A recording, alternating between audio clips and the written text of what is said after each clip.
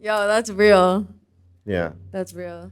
It's kind of hard these days when you think about what motherfuckers are doing out there, trying to follow motherfuckers home and and Damn. jack fools up, when That's scary. when you're a high profile figure, if you're smart, you take that into account and you try not to be in places that motherfuckers might be like, "Oh, they're here. We're gonna follow him home." Yo, that's awful. Yeah, so you got to think about that shit these days, and I think Vlad's always got that on the mind. You Right. know what I mean? For So you sure. don't see him out as much, For sure. And he's a and businessman. he's a businessman.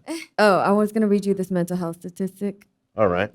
In the aftermath of a shooting, a person may experience a number of symptoms that would be considered part of an acute stress disorder response, or if they persist beyond 1 month, a PTSD response. You were shot at 17 years old. Was there any type of trauma? Like, Yeah, there's PTSD behind that in terms of like it was the sound of the shots. But I was gangbanging at the damn. time, so Right. You're out here. I was on both ends of the gun. Like there was times where I was on the end giving it, and obviously on the end of taking it. So with that, when you stop that, when it's an everyday thing, it's not PTSD. You're living it. You're going through it. It's Right. it's it's second nature. It's like yeah, and like that type of thing, right? But when you get away from it, which I did with the music, with Cypress Hill and all that, Right. right? As I was leaving it, the sound of any kind of pop That's would awful. definitely be like put me on like guard, like oh shit, Right. you know, and that kept around for about a year and a half, and then with enough time on the road Oh, and really? like That's what focusing, helped yeah, you? That's focusing awesome. on focusing on the work and the shows and the responsibility of doing the promo, the interviews, the fucking videos and all that shit. It took me out of that frame of mind whenever I heard something like Yeah, that. It yeah, didn't yeah. bother me so much Right. anymore, you know what I mean? But that Right. first year and a half was like, yeah, anytime I heard a pop, I was like always on like, Damn. we got to For be on sure. guard. And not for nothing, what people didn't know in that time is that we were all like heavy carrying Yeah. firearms on us. Like each, like when we'd roll somewhere, we'd roll like 15, 20 people deep, 15, and 20?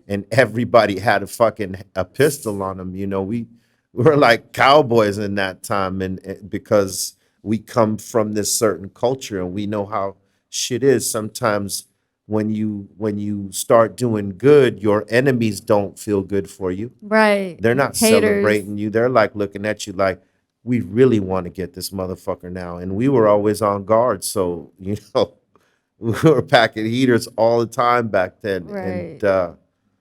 you know, that was to stay safe. For sure. I had Freeway Rick Ross on my show. He was talking about how he gets nightmares from just, being in jail. Do you ever get nightmares? Nah, I don't necessarily All get right. that. I'm Nah. just wondering. I would imagine like some do, Yeah. but nah, Nightmares are awful. I don't remember shit though. not of that shit. I I just don't forget. have nightmares of that. Slim, don't sniff. That never comes back to me, that Oh, like in okay. terms of like, I've accepted who I was then and I accept who I am now. And it's two different Right. motherfuckers. Right. Definitely. But it's always be an appreciation of what I have now and making amends for the bullshit I did then. For You know what sure. I'm saying? So yeah, that life ain't for nobody. Can you talk about the time you became a priest? An Ifa priest, yeah. Wait. Yeah. It's Spiritual awakening. You become a yeah. I priest. mean, it's been in my family for a Oh, long okay. time Hi, through, Slim. my mother, who she had family in Cuba, and they were spiritually connected through, Santeria and Ifa and all that, which is the same thing. It's one. Yeah. And I never really thought about it. I've always been spiritual, not necessarily religious. And that called to me, and I had to answer the call. because it's That call to me, I had to answer the call. yeah, I and love it. so yeah, I got connected to it, and I believe it was 97, 98. So I've been an EFOP priest since then. Oh, wow. Yeah.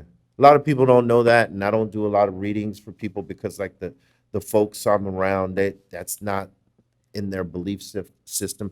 Some What? of my close homies, yes, like Yeah. guys in the office and stuff like that, they might ask for a reading and work that Aw. has to be done and stuff like that. But other folks that they might not know that about me, and they don't come to me about that. So I don't work it as much I hear as I you. I like hear you. as other priests do.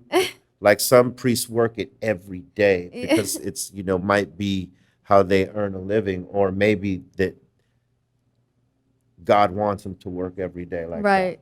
in this particular thing, Right. and so that's what they do, Right. and I've been blessed to be put into it. You know what I mean? It's For it's sure. very different, and you got to have a stomach for it sometimes because some people need a lot of work, Right. and it could be quite crazy sometimes when you're helping someone take some negative energy away from them. Right. You know what I mean? For sure. It's crazy, but That yeah. is wild.